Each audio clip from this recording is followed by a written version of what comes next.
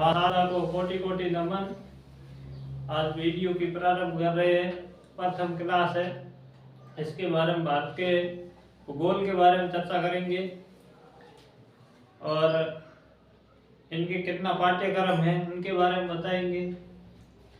जिसके संदर्भ में पहला इसके बारे में चर्चा करेंगे जो भारत की स्थिति है विस्तार के बारे में, फिर जलवायु के बारे में, फिर वनस्पति के बारे में, खनिज के बारे में, इसके बारे में चर्चा करेंगे और प्राकृतिक वनस्पति है, मृदा है, इनके बारे में चर्चा करेंगे।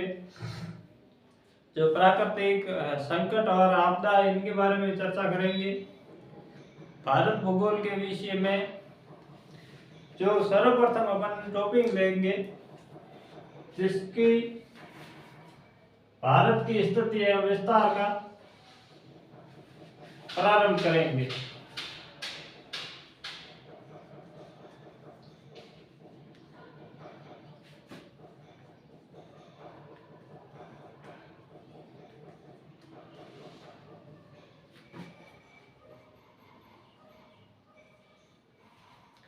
सर्वप्रथम ये टॉपिक रहे भारत की स्थिति या विस्तार के बारे में, जिसमें से भारत की स्थिति विश्व के संदर्भ में देखा जाए तो कहाँ पे स्थित है। भारत जो राजस्थान के संदर्भ में देखा था तो राजस्थान की लोकेशन कहाँ पे है। भारत की स्थिति है स्थिति के बारे में अक्षांशीय विस्तारीय देशांतर को देखा जाए तो उत्तर में कितना अक्षांशीय है, उत्तरी अक्षांशीय है, दक्षिण में कितना उत्तरी अक्षांशीय है, और फिर दक्षिण अक्षांश के बारे में चर्चा करेंगे। इसके बाद में भारत के साथ कितने देश की सीमाएं लगती है इसके बारे में भी चर्चा करेंगे।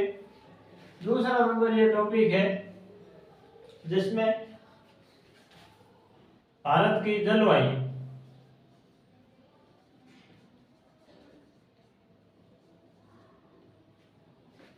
भारत की जलवायु कैसी है, किस प्रकार की हवाएं किधर से किधर प्रवेश करती है, कौन सी जलवायु के माध्यम से बारिश की संभावना होती है और मानसून का आगमन कहाँ से होता है, कौन सी जलवायु भारत में सर्वाधिक प्रभावित होती है, इसके बारे में करेंगे। फिर है अफवाह तंत्र। अफवाह तंत्र का अर्थ होता है जो भारत में नदियां हैं वो सर्वाधिक या अरब सागर में गिरती है या बंगाल की खाड़ी में गिरती है। जहां पर सर्वाधिक ढाल का क्षेत्र होगा उसी स्थान में नदियों का आगमन होता है और यहीं पे गिरती है सर्वाधिक अरब सागर में या बंगाल की खाड़ी में। 70% जिसमें से नदियों का गिरना बंगाल की खाड़ी में होता है और अरब सागर में न्यूनतम होता है।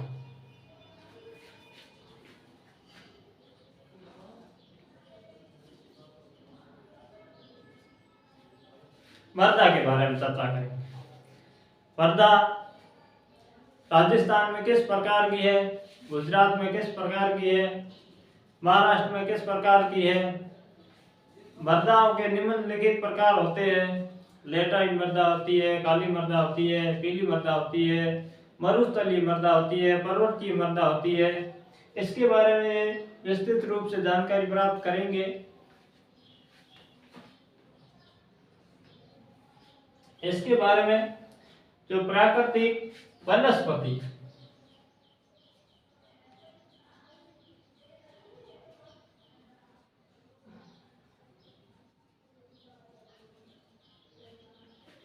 प्राकृतिक वनस्पति शुष्क क्षेत्र में किस प्रकार की वनस्पति होती है, अर्ध शुष्क में कैसी होती है, उपोष्ण में कैसी होती है, शीतोष्ण में कैसी होती है, इसके बारे में चर्चा करेंगे। कहाँ पर सर्वाधिक अधिक बारिश होती है वहां पर वनस्पति अधिक होती है, न्यूनतम बारिश होती है वहां पर प्राकृतिक वनस्पति न्यूनतम होती है।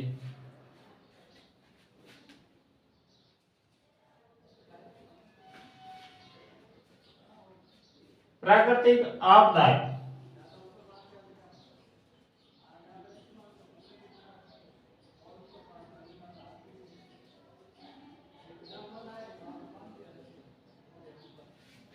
प्राकृतिक आपदा का अर्थ होता है जो अत्यधिक मात्रा में बारिश होनी या भूस्खलन होना या बाढ़ आना, इसके बारे में भी अपन चर्चा करेंगे इस विषय पर।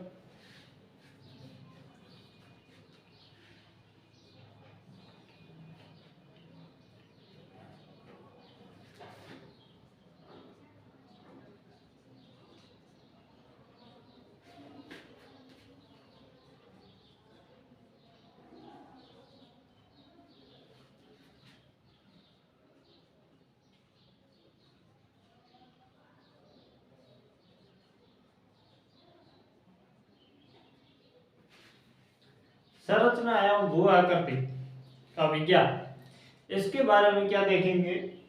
जो भारत की स्थिति के अंदर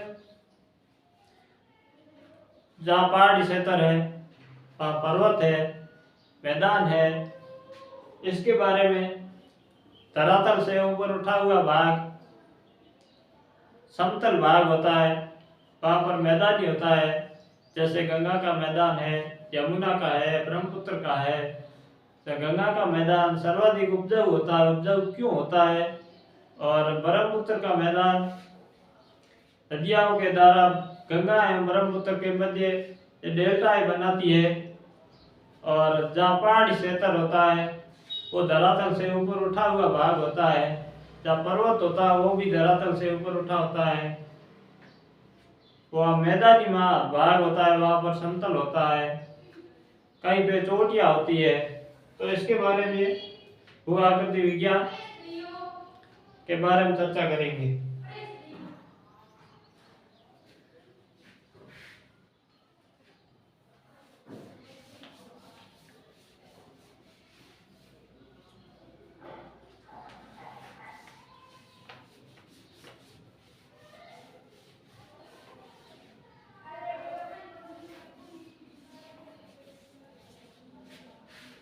तो आज भारत की स्थिति एवं विस्तार के बारे में देखेंगे।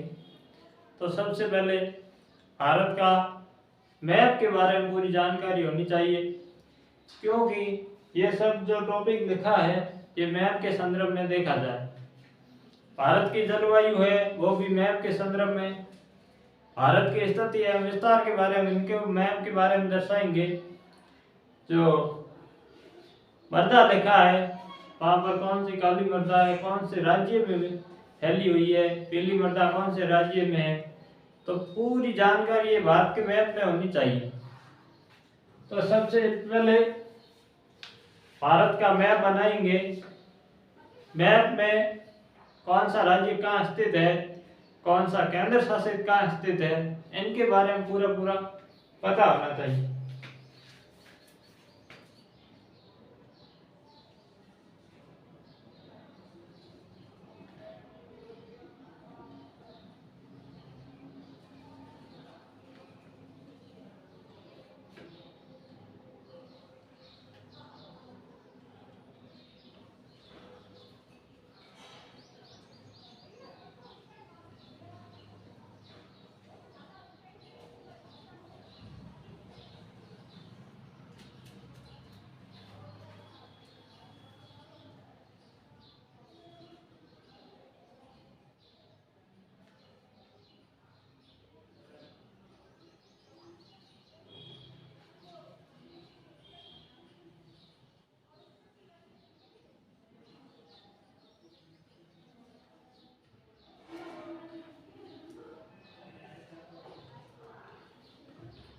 इसके नीचे श्रीलंका है, जिसको पाक जल संधि के नाम से जाना जाता है। ये पाक जल संधि भारत और श्रीलंका को अलग करती है। तो इसके बारे में सबसे पहले ये मैं बना लो आप आराम से। सबसे पहले कौन सा केंद्र शासित प्रदेश है वो कहाँ पे स्थित है, तो ये जम्मू कश्मीर है।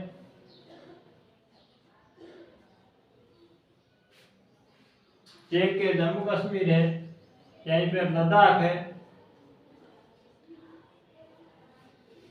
जम्मू कश्मीर का हिस्सा यहाँ से है।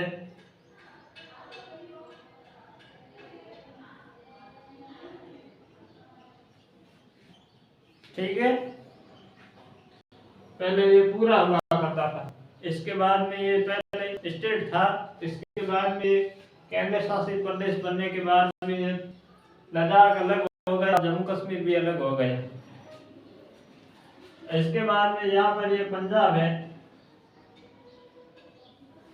ठीक है।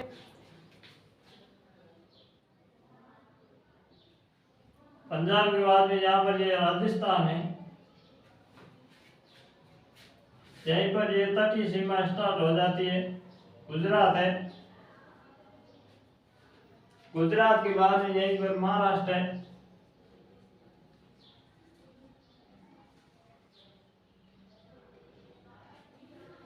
महाराष्ट्र के बाद में यहीं पर कौन सा स्टेट है,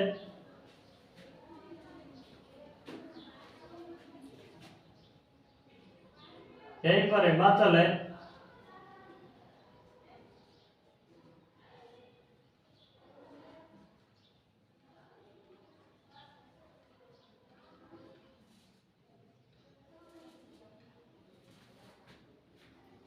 हिमाचल के बाद में यहीं पर उत्तराखंड है,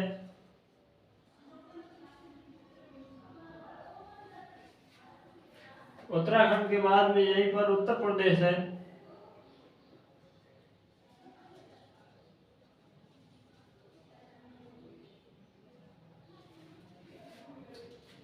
उत्तर प्रदेश के बाद में यहीं पर हरियाणा है,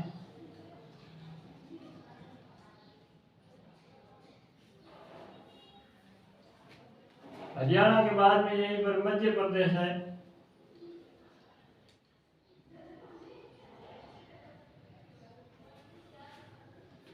मध्य प्रदेश के बाद में यहीं पर बिहार है,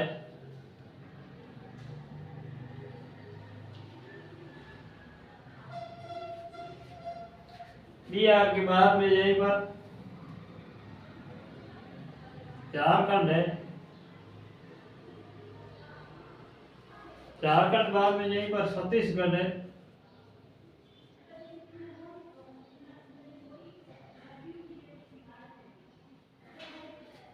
छत्तीसगढ़ के बाद में यहीं पर वेस्ट बंगाल है,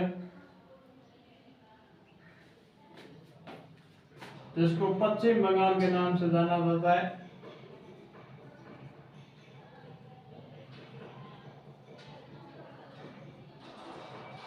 यहीं पर उड़ीसा है,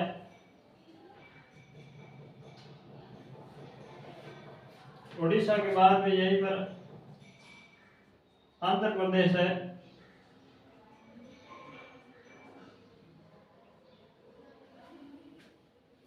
आंध्र प्रदेश के बाद में यहीं पर तेलंगाना है,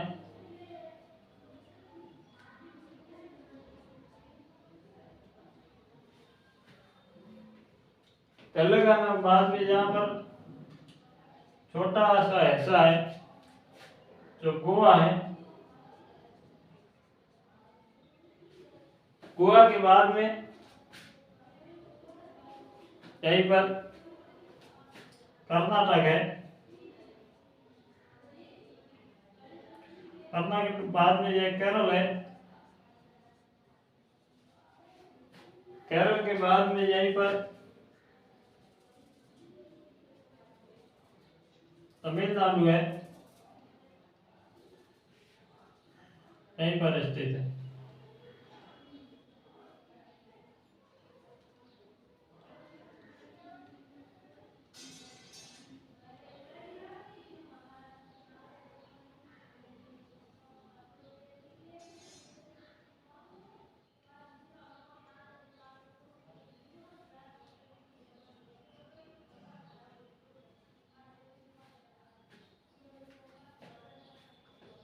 इसके बाद में यहीं पर मेघालय,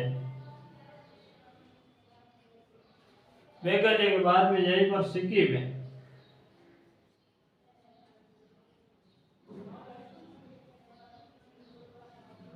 सिक्किम के बाद में यहीं पर असम है, यहीं पर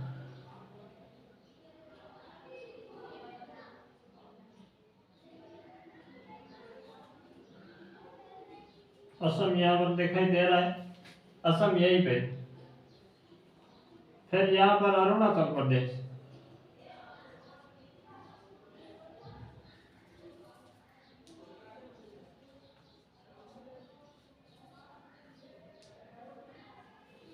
फिर नागालैंड है,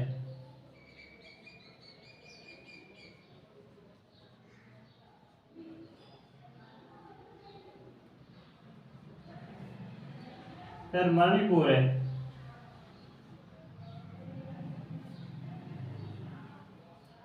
फिर मिजोरम है,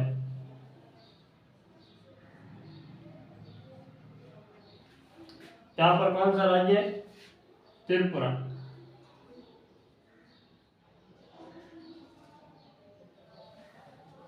ठीक है। इसकी राजधानी जम्मू कश्मीर श्रीनगर है और जम्मू भी है। दो राजधानी है, लद्दाख की लेह है, लेह यहीं पर स्थित है।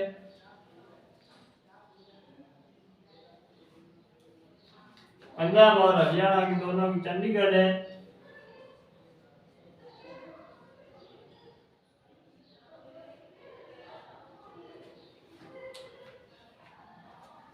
राजस्थान की जयपुर है।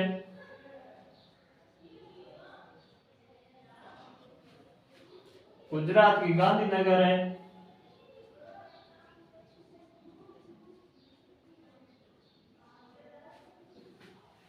महाराष्ट्र की मुंबई है।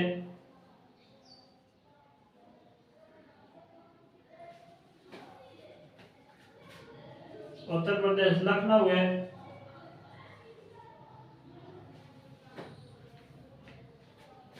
हिमाचल की शिमला है।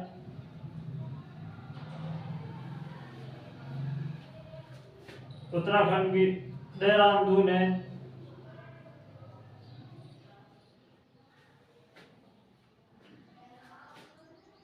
बिहार की पटना है। झारखंड की रांची है। छत्तीसगढ़ की रायपुर है। तेलंगाना की हैदराबाद है।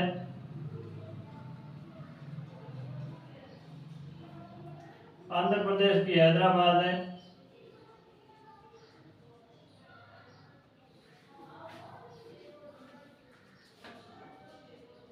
तमिलनाडु चेन्नई है।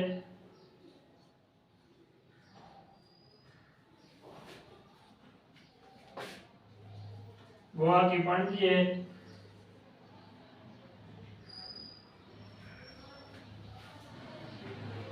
केरल की तिरुवनंतपुरम है।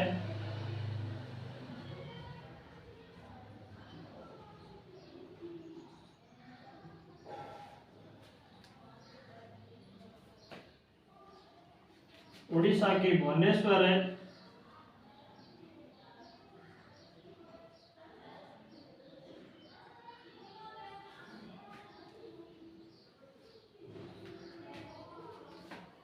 इसकी पश्चिम बंगाल कलकत्ता है।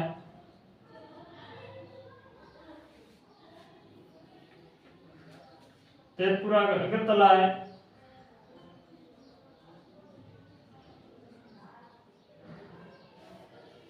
मेघालय की शिलांग है।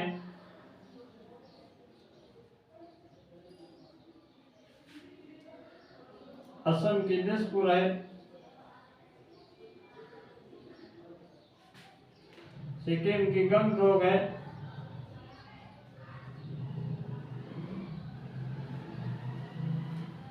अरुणाचल प्रदेश ईटानगर है।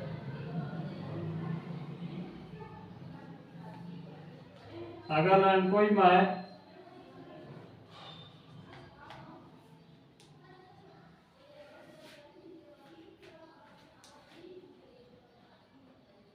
मणिपुर की इम्फाल है।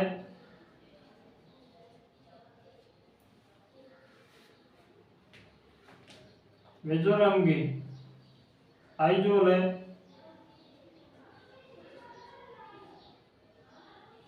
ठीक है।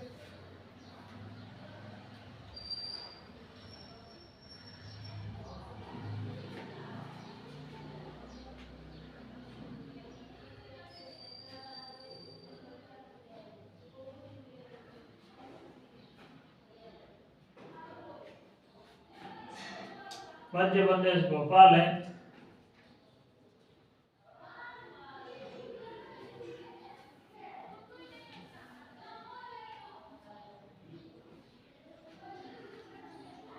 ठीक है, ये लिख लो आप।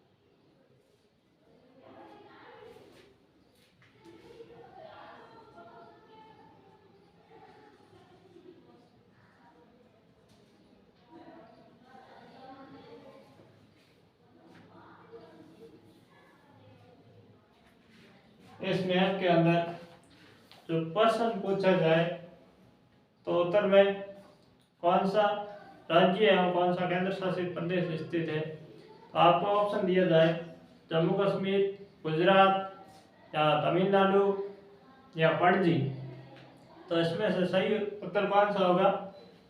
जम्मू कश्मीर। जम्मू कश्मीर एक यूटी है। दक्षिण में पूछा जाए तो कौन सा ऑप्शन ए जैसे Jammu Kashmir, option B Tamil Nadu, option C Panaji, option D Goa. तो इसमें से दक्षिण में कौन सा राज्य स्थित है? दक्षिण में तमिलनाडु स्थित है। और जो पूर्व में पूछा जाए तो पूर्व में अरुणाचल प्रदेश है। पश्चिम में पूछा जाए तो गुजरात स्थित है। तो इसके जो मैप बना है इसके साथ में देश की भी सीमा साझा करती है। देश की कौन कौन से देश की सीमा लगती है, उसमें से पहला देश पाकिस्तान है। भारत के साथ सीमा लगती है जिसमें से गुजरात है, राजस्थान, पंजाब है और जम्मू कश्मीर है। और कुछ सीमा ये लद्दाख से भी लगती है। यहाँ से ऐसा है। फिर ये अफगानिस्तान लगती है। अफगानिस्तान के साथ में लगती है जिसमें से जम्मू कश्मीर है और ले लद्दाख है। दोनों की लगती है, केंद्र शासित दोनों ही प्रदेश है। इसके बाद में यहाँ पर चीन आ जाता है। चीन के साथ में लद्दाख की भी लगती है, जम्मू कश्मीर की भी लगती है, हिमाचल की भी लगती है, उत्तर प्रदेश की लगती है। इधर ये सिक्किम की भी लगती है, इधर ये अरुणाचल प्रदेश इनकी भी लगती है। इसके बाद में ये नेपाल आ जाता है।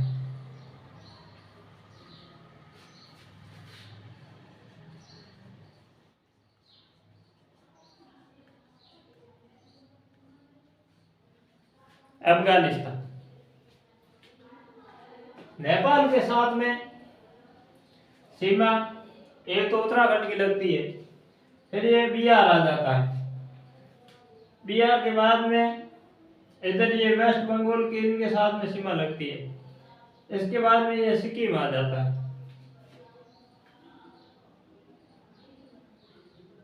इसके बाद में ये यूपी वाला इनके साथ में सीमा लगती है। फिर आ जाता है यहाँ पर भूटान।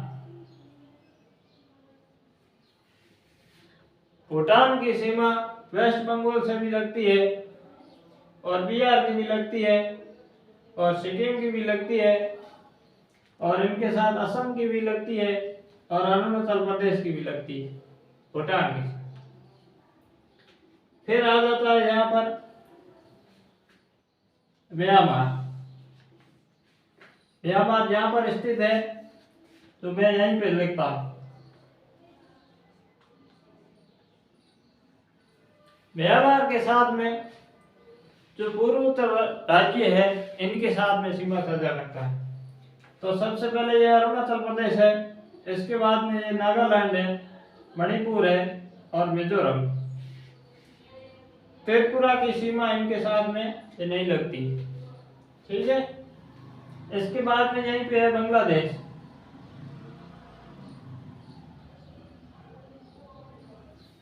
बांग्लादेश किसके साथ में सीमा बनाता है? त्रिपुरा है और मिजोरम है। ठीक है, मिजोरम के बाद में यहाँ पर मेघालय है, वेस्ट बंगाल, इनके साथ में सीमा बनाता है। फिर यहाँ पर श्रीलंका है, यहाँ पर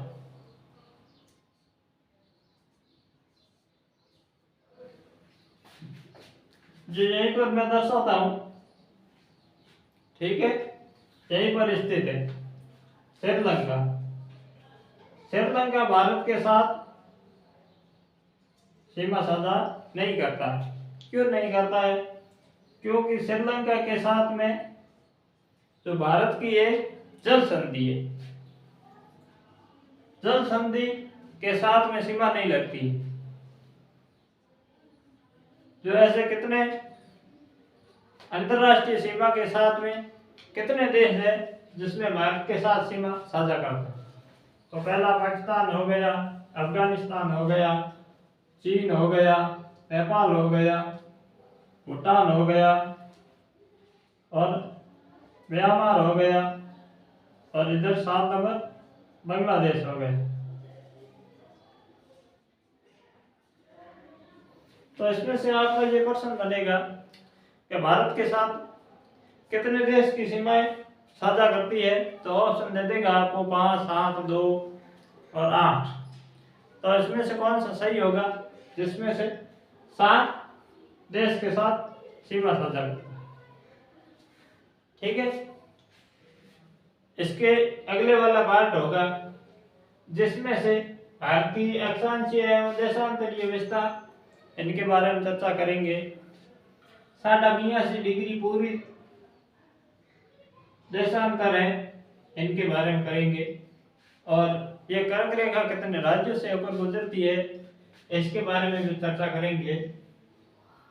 और जलीय एवं स्थलीय सीमा कितने राज्यों के साथ लगती है और इनकी टोटल लंबाई कितनी है, इनके बारे में भी चर्चा करेंगे।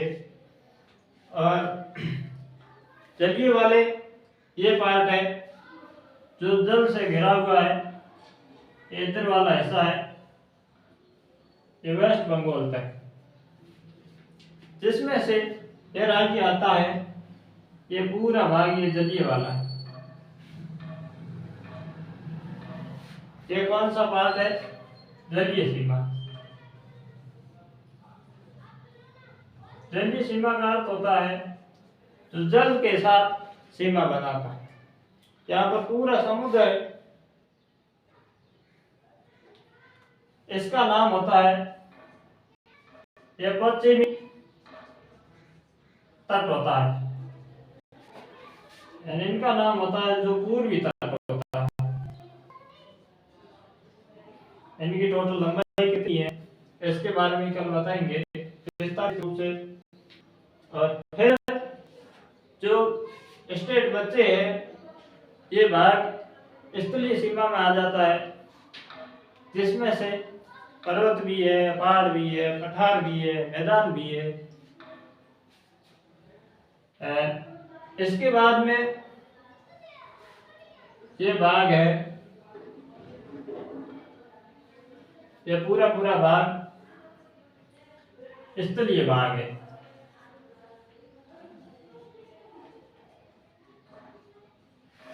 स्थल एवं जलीय दोनों को मिला दिया जाए तो टोटल इनकी कितनी लंबाई होगी, इसके बारे में कल बताएंगे।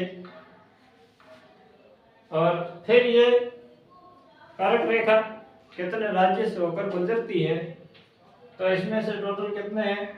8 राज्य है। जलीय सीमा की टोटल राज्य 9 राज्य है, इसके बारे में बताएंगे। फिर ये 82 डिग्री पूरी देशांतर जिसमें से भारतीय मानक समय बोलते हैं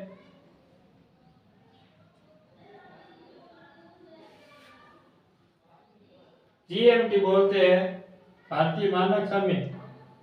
ठीक है, ये 5 राज्यों से होकर गुजरती है, इसके बारे में कल बताएंगे। तो धन्यवाद। अगले वीडियो के लिए कल तैयार रहना। डेली का ही वीडियो आएगा, ज़्यादा से ज़्यादा शेयर करना और खुद देखना, दूसरों को भी बताना। आपका दिन शुभ हो।